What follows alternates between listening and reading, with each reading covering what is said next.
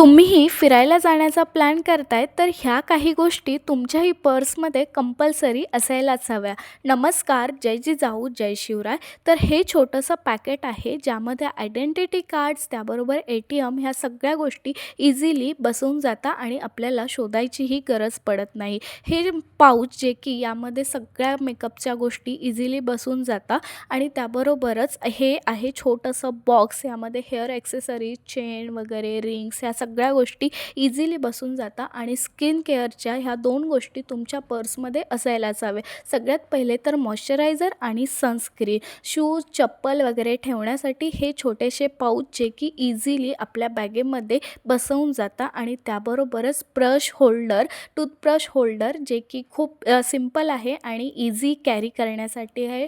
2 napkins असायलाच हवे. आपण कुठेही लगेच आपण फ्रेश व्हायचं असेल तर ते खूप उपयुक्त आहे.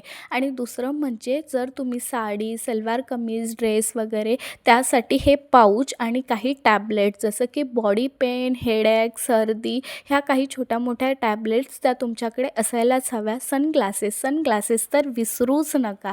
चला, झाली आपली बॅग पॅक. चला भेटूया नेक्स्ट व्लॉगमध्ये. तोपर्यंत तुम्ही रील्स सेव्ह करा.